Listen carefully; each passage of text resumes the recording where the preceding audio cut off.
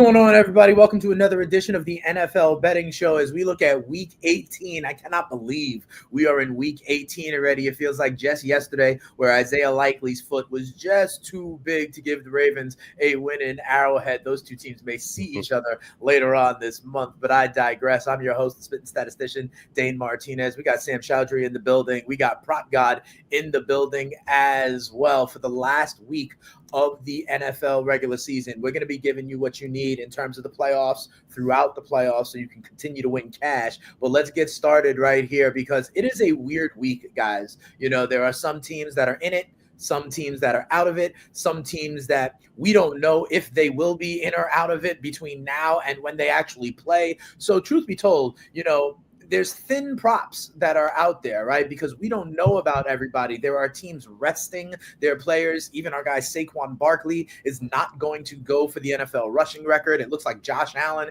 is going to start but play like a series or two. And with all this up in the air and with teams, you know, maybe getting an extended look at some of the kids to see who is a part of the future and who is not, it makes it a very challenging week, but we are still here for you. One thing we do know is that on Saturday, not even on Sunday, on Saturday, the AFC North will be decided and playoff situations will be decided there with two games. We got the Ravens and the Browns, and that one, Baltimore is like a good 17-point favorite. But the other one is the Steelers and the Bengals, and this is a very interesting one. The Steelers are locked into the playoffs. We'll see if their seeding still matters.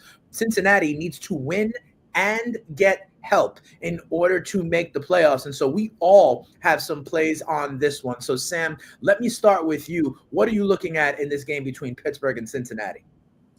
Yeah, we were talking about it before the show. The prop market is pretty thin, just with a lot of the books waiting for the Saturday games to finish up. But yeah, here's one that I like is Jaylen Warren over 8.5 rush attempts. We've seen over the last 2 weeks, he's really been dominating the backfield in terms of touches and carries, both on the ground and definitely through the air. He's always been the preferred pass-catching back, but I think he's just far outplaying Najee. And again, he's seen 11 and 12 carries back-to-back games, and it's a great matchup for him. Bengals are 27th in DVOA against the rush. Going back to our DVOA adjusted fantasy points against tool, backfields against Cincinnati see a plus 7% boost in production, which is the 10th highest rate in the league. So, I mean, this game is a coin flip. So you'd imagine ideally Pittsburgh to play their kind of their style of ball, that they're going to try and establish the run as much as they can, as long as it's, you know, within a score and they don't fall behind early. And I just think that Warren looks to be the lead back going forward. I think it will carry into the playoffs. Obviously, we know Steelers are locked in the playoffs, but I think they're going to have to try and win. It is unlikely that, you know, Baltimore is going to lose, but just with the way Pittsburgh plays, I mean, even if this game was for nothing, I think they'd still go all out just to beat Cincy. So on average, opposing backfield see about 21.3 carries per game against Cincinnati, and I think Warren is going to get over half the touches, which is all he needs to clear this line. So yeah, 8.5, it just feels way too low. All right, fair enough. Listen, the Pittsburgh Steelers also, you know, depending on how things shake out, they may have something to play for. They could be the 5 seed, in which case they would have to travel to Houston, or they could be the 6 seed, in which case they would have to travel likely to Baltimore. I'll ask you, if you were a Pittsburgh Steelers fan, would you rather see the Houston Texans or the Baltimore Ravens in the first round of the playoffs on the road? I think the answer would be taking a trip to Texas, but we'll see what other people say. Sam, let me start with you because you have not one but 2 plays on this game, and they are both on the Pittsburgh side. So you think Warren is going to be the back, and it looks like you're also focusing on a tight end target in Pittsburgh. Yeah, that's another one. We saw Pat Freiermuth, you know, he had a few dud weeks, but I think really having George Pickens back in the lineup really just opens up the entire offense.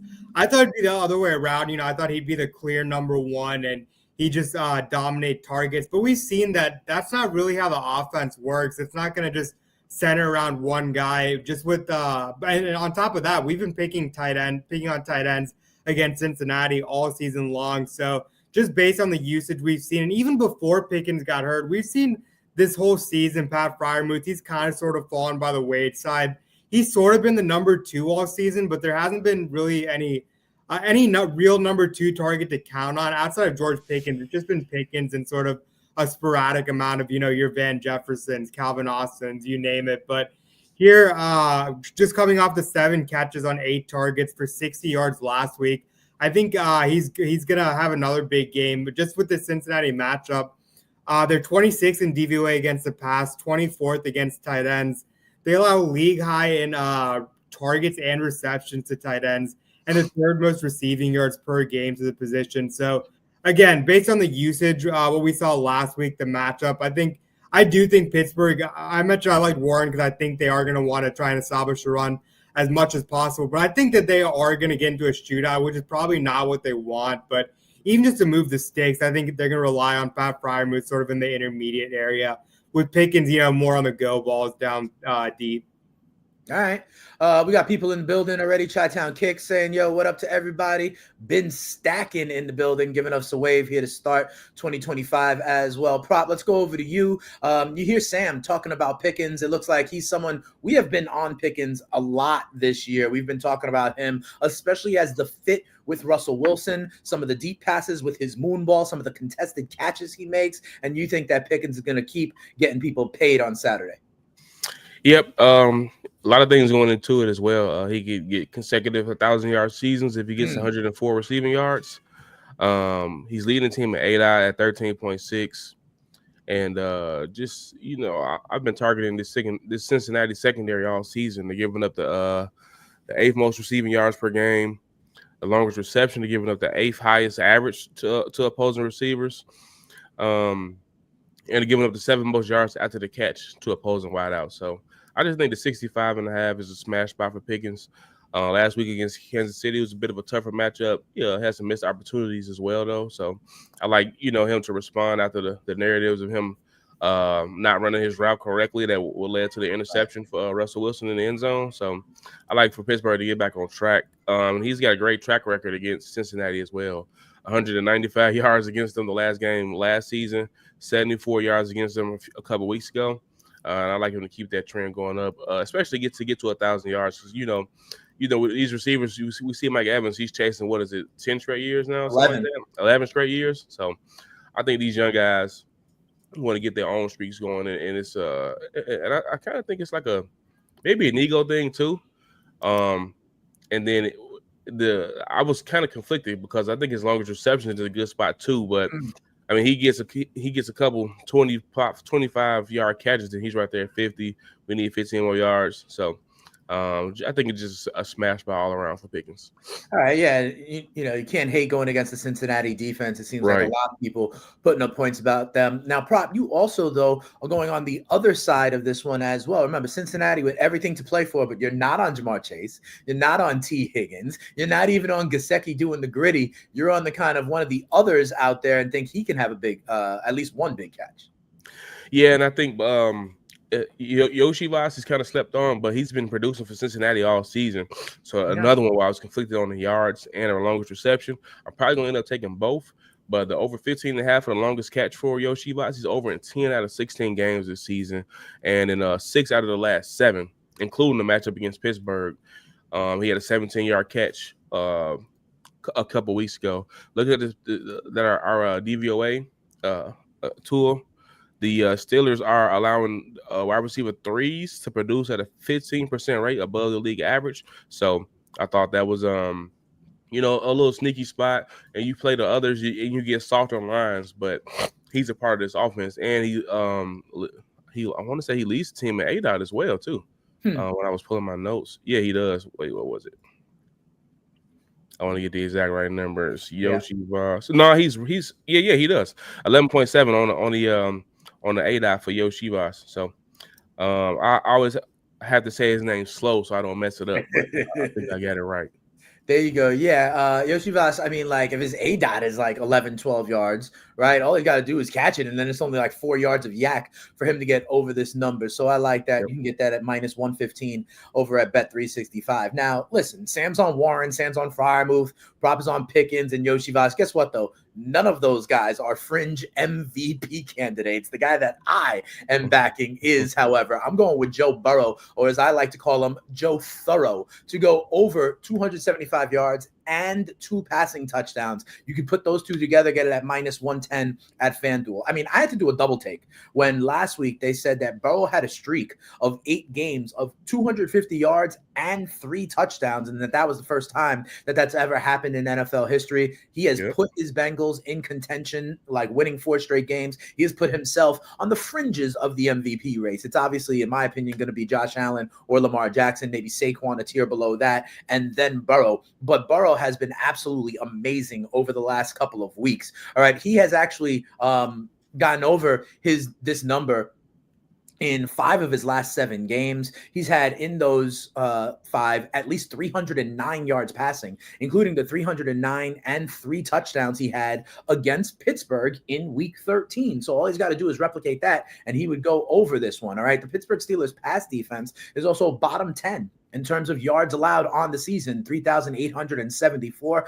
Over at Stats Hub, guys, and Prop, we always are looking at different stats that we can use on Stats Hub. One that I really like is highlight throws, kind of the big time throws that these quarterbacks make. And this is an interesting matchup for it. The Pittsburgh Steelers allow 19 big time throws against them, 3.5% of the throws. That rate, both bottom 5 in the NFL. Joe Burrow has 22 highlight throws. That is tied for the league lead with Josh Allen. So he's making incredible throws to guys like Chase and Higgins and Yoshi Voss and Gesicki. And so I think that, that will augment his case to make a great touchdown throw, get a big play down the field. So I think that helps this out as well. Don't also forget that Chase Brown, the running back for the Cincinnati Bengals, who has been really good over the last month and a half, he got banged up in the last plays of that game last week when he kind of went down to keep the clock running. He's dealing with an ankle sprain. We don't know necessarily about his status, but that, I think, makes them rely more on Joe Burrow and the passing game. You put all that together, I think he's going to continue to do well, continue to augment his case, continue to keep Cincinnati in it, who will still have everything to play for. This is a guy who's putting up 300, 400 yards a game and 3 touchdowns or more in his last 8 games. I'm only going to need him to get to 2. He did this last time against Pittsburgh. So 275 and 2 for Joe Burrow, in my opinion. We got some more people out there in the chat. Sosa, as always, big shout out to him. Always subscribing, liking, contributing in the chat, saying what's the word, everybody. Give a shout out to Sosa as well. I think it's Sosa Picks out there because he is always active. Big shout out to him. And then we got CMB Vet 79 saying what's going on, giving out a shout out to Prop as well. So now that we're done with the Saturday action, let's see, because there's still ways to make some money on Sunday as well. Let's go back over to Sam. Sam, the NFC West was decided on strength of victory, strength of schedule, and it is the Rams. So Seattle doesn't have as much to play for, but you still like DK to do work. Yeah, I mean, this is a wild line to me. I think the actual line is 52 or 51 and a half or so, but I just like the even 50, especially when you look at the numbers. Overall in the season, it has somewhat been disappointing for DK. I guess, if you guys are fantasy guys, it's pretty clear that he's been the clear number 2 behind JSN. He did have that stretch where he was banged up, and they were sort of easing him in, but you look at him on the season, he has 55 or more yards in 9 out of 14 games. He has 48 and 49 yards twice. So that's another reason why I like going to 50, because he's been within 2 yards of that mark twice. So overall, he's had 48 or more in 11 out of 14 games. Overall in the season, he's averaging 67.1 yards per game. And you mentioned it, obviously Seattle doesn't have anything to play for, but Geno Smith has a lot of incentives in his contract. I want to say it's 260 yards maybe, and I think 2 touchdowns. It's definitely viable, and I do think for a team that's not playing anything and they're facing another Rams team that's resting, why wouldn't you want to get your guy paid over there? So I think Geno Smith is going to try and get his incentive. I fully expect all of Seattle to go all out, have all their guys out there. I mean, maybe their running backs, I could see them maybe easing off of Charbonnet, maybe giving Kenny McIntosh some run, but overall the passing offense, I do think it is going to be a pass-heavy offense, and I can rattle off the matchups, but we do know that the Rams are resting, but even if they weren't, this would be a better matchup for DK over JSN. The Rams allow the 10th most receiving yards per game to wide receiver 2, so it's a slightly better matchup for him, but I don't want to look too deep into it because I don't even know who's going to be playing on the defensive side, so I do think Seattle is going to win. And even in a one-sided game, I do think they're going to try and get those incentives. And I think this could be a game where they just sort of try and hit some big plays. And I think that it just screams like a DK Metcalf game. So I'm pretty surprised by this line. Maybe it's. Yep. Did we lose you, Sam? Looks like we lost. Oh, there you are. We got you, Sam. Oh, okay, cool. Yeah, we got you. What were you saying there at the end, man? Even if it was kind of more Kenny McIntosh, even if it was a little bit of easing off the gas pedal in the run game, the idea that DK, mostly because Geno Smith has a lot on the line in terms of some of his incentives, right? That you still think DK is going to wind up getting to this number. And like the only times he hasn't, it's been almost by the hook. Right. Yeah, right, exactly. Which is why I do like the 50. If you want to play 52 and a half, 51, and not lay the juice, more than okay with that. Again, I do think it is going to be a pretty big game for Metcalf. But I don't know. They're not playing for anything, so I just think Geno's going to go out there and sling it. So, yeah. Yeah, listen, that makes sense. There's a lot of guys with incentives on the line. You talked about Geno Smith. Everybody saw that in Sunday Night Football last week, Zach Ertz in overtime got his yardage, his receptions, and his touchdowns. There are guys like J.K. Dobbins that are on the precipice, Tony Pollard on the precipice, and some others. That is definitely something to watch. Not only that, but maybe kind of these thresholds and milestones and streaks like Prop was talking about with Mike Evans a little bit before. Now, there is a division that is still up for grabs, not the NFC West, but the NFC South, where both the Tampa Bay Bucks and the Atlanta Falcons still are competing for that division and pretty much a playoff spot, because whoever does not win that division is not going to qualify for the playoffs. And I am going to a running back in Atlanta that has been absolutely beasting lately. Give me Bijan Robinson over 94.5 yards. I know it's a big number, but it's against the Carolina Panthers, and boy, can you run against them. Bijan has actually become RB3 in fantasy for the entire season, right? Like only, I believe, Saquon Barkley and Jahmyr Gibbs scored more than Bijan Robinson all season long. His 1,286 rushing yards are fourth in the NFL, and he's been really good lately. He's had 86 or more yards in his last 5. I know the number is 94, but that just speaks to where he's been lately. He's had that level in 7 of his last 8 games. He's had 4 touchdowns in his last 2 games, 6 touchdowns in his last 5 games. So Bijan has really been getting going as the end of the season has come. He also, we have a metric at Stats Hub, avoided tackles, right? He has 63 avoided tackles. That is the 6th highest in the NFL. Prop knows I love to go to the explosive runs. He has 28 explosive runs. That's the 7th highest in the NFL. We determine explosive runs as ones that go for 10 or more. All right. So that is, him breaking off chunk runs en route to what I think is 95 yards or more. He also, over at Stats Hub, we have a metric called stuff rate, and that's how many times you get stopped for no gain or negative gains. And Bijan's only been stuffed 14% of the time. That rate is the 3rd lowest in the NFL among qualified running backs. We know Atlanta has a good offensive line. It is hard to stop Bijan behind the line of scrimmage, and he gets big time chunk runs. So you put that together against the Carolina run defense that has been, as I always like to say, blunt guts trash.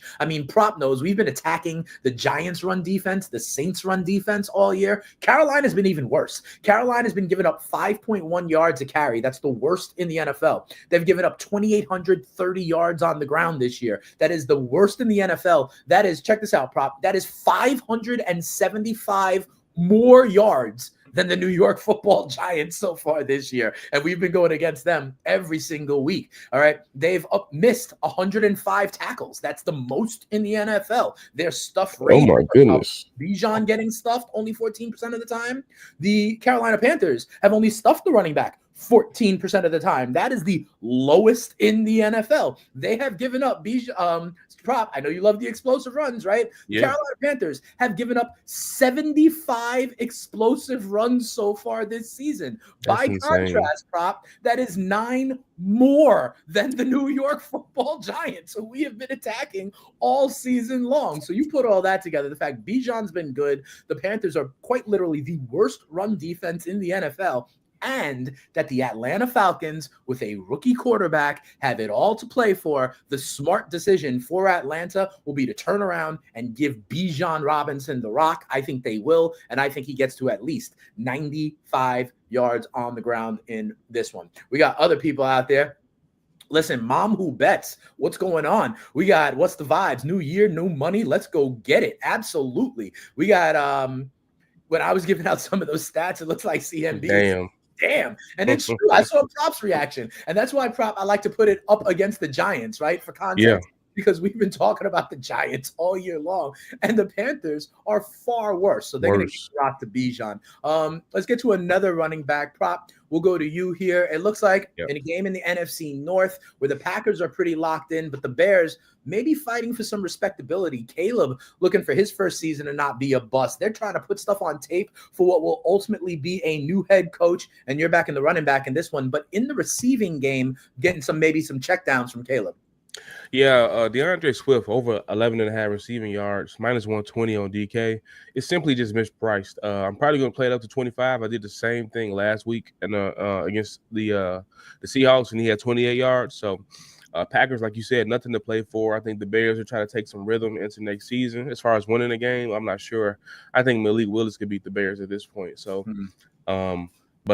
just as far as Swift, he's fifth in target share, only 8.5%. But when he gets the ball, he's able to make something happen with it out the backfield. Looking at receiving backs against Green Bay, they're allowing the 5th most receiving yards per game to running backs, and the 7th most receptions. Looking at this game log, Aaron Jones, 30 receiving yards. Kendre Miller, 16. Zach Charbonnet, 12. David Montgomery, 33. Jahmyr Gibbs, 30. Devon Achane, 56. Christian McCaffrey, 37. Swift, 13. David Montgomery, 23. Dearness Johnson, 20. I mean, I could stop there, right? Yeah, you guys get the drift. Running back receiving yards are a smash spot against the Packers. So I'd like for Caleb to get some easy completions to Swift. Obviously, he's had some trouble connecting with his receivers consistently. So I think the check down game and the screen game to Swift will be a big part of the game plan this Sunday. All right, fair enough. Now, I'm going to give you one more, guys.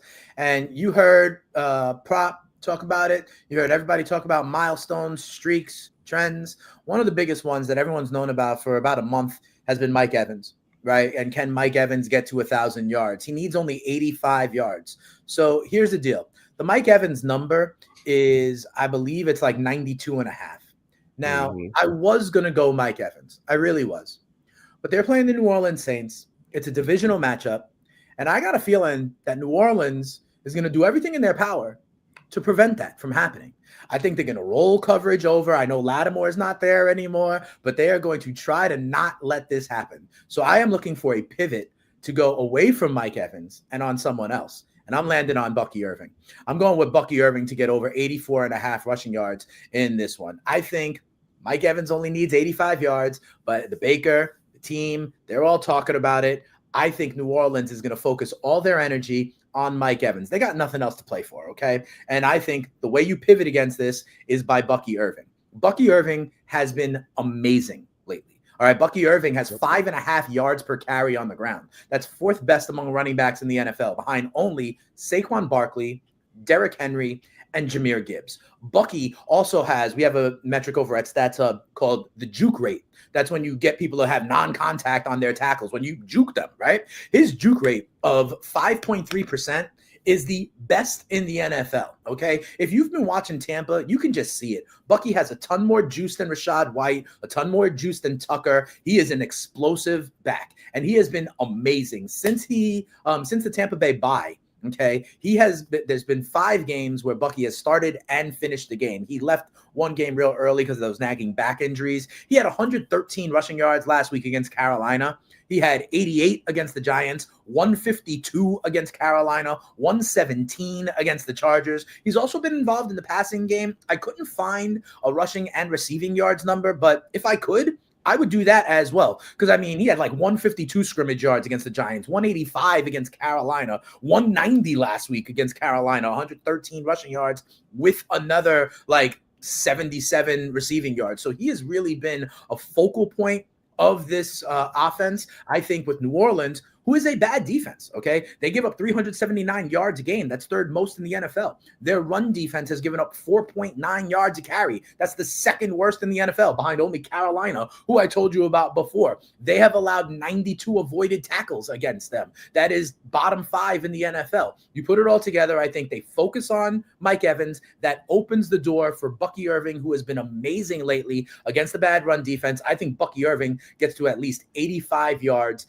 in this one. Well, it is the last week of the season, so I know it is tough. We don't know who's playing for what, but let me ask you, as I put up the slate here in week 18, I'm going to tell you guys, I like the Minnesota Vikings in Sunday Night Football. I think that Minnesota has been hot. I think they look good. I think Detroit is a little bit banged up, and I don't think enough credit goes to that Minnesota Vikings defense. Remember, in Detroit, or in the last time they played in Minnesota, Detroit won that game with a long last-second field goal, and that was the margin of victory. I see 3 points here. I actually believe the Minnesota Vikings can win that game outright and become the 1 seed in the NFC, and not many people had that on their bingo card. Let me go over to you, Sam. Is there anything? I know it's tough because, there's so much up in the air. We don't know who's playing. We don't know the motivations. But what are you looking at from a bigger picture standpoint here in the final week of the NFL season? Yeah, I mean, I've been backing the Lions all season long, but I'm with you on that one. I mean, any team in that matchup that's getting 3 points, I would jump all over. So really like that. I don't see either team winning by more than a field goal. So that's a really good look. Prop mentioned it that he doesn't know if who's going to be playing quarterback for Green Bay. Is it going to be Malik Willis? Is it going to be Love? So that's another reason why I do like the Bears at the 10 over there.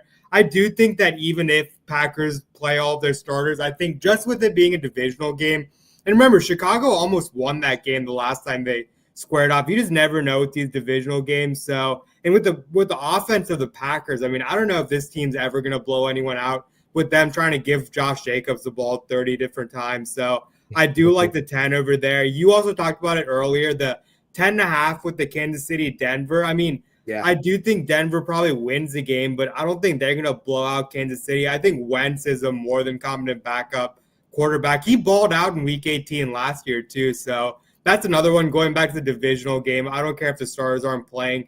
The 10 number is really high there too, so those are the ones that sort of jump out right now. Yeah, I agree with you, Sam. I think Denver will win the game against the backups, but I don't think they're going to get out to a big-time lead. I think that's going to be a relatively lower-scoring game, and in lower-scoring games, 10.5 points matter a ton. Prop, anything that strikes your fancy here on the Week 18 card? So the Steelers at the plus 1.5. I mean, this is a Mike Tomlin type of game, right? When the spread is low like this, but of course we have to see what the motivation level is.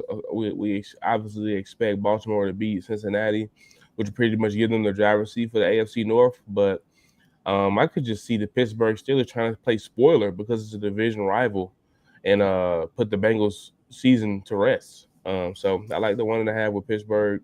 We'll see what the motivation level is. Other than that, I could see Jimmy Garoppolo defeating Geno Smith, right? But these are just things that I would throw out there. Now, you guys spoke on Minnesota and Detroit, and it's kind of scaring me that everybody likes Minnesota now, because I didn't expect it to be so popular, and it was a tight game the last time, and if Detroit was the winners, they would sweep the division. I mean, when's the last time someone swept the NFC North? You know what I mean? So that is going to be the most entertaining game this Sunday, so I definitely can't wait to watch it. But yeah, I would just say Pittsburgh, and I agree with Sam on the Chiefs with the 10.5. All right, fair enough. Listen, with Pittsburgh, again, it's not just for them to play spoiler. It is possible that they have, with a win, they wind up going to Houston, and with a loss, they wind up going to Baltimore. And I think that is a big-time difference for Mike Tomlin and the Pittsburgh Steelers. And I'm with you.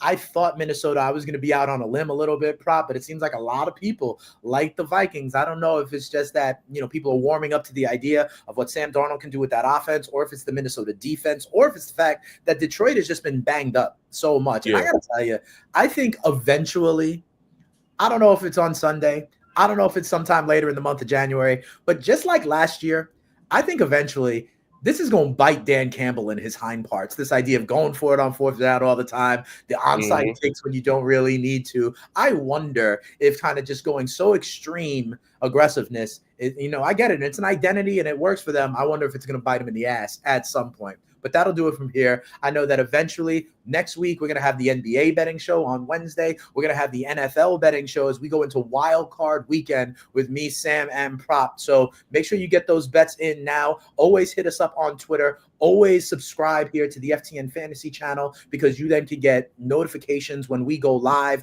Make sure you get down with the FTN family so you can see your building balance throughout the season. But for my guy, Sam Chowdhury, and of course the prop god, I am merely the spitting statistician, Dane Martinez, saying get those bets in, and we hope you end profitable in the NFL regular season. We'll see you next week, guys. We out of here. Peace.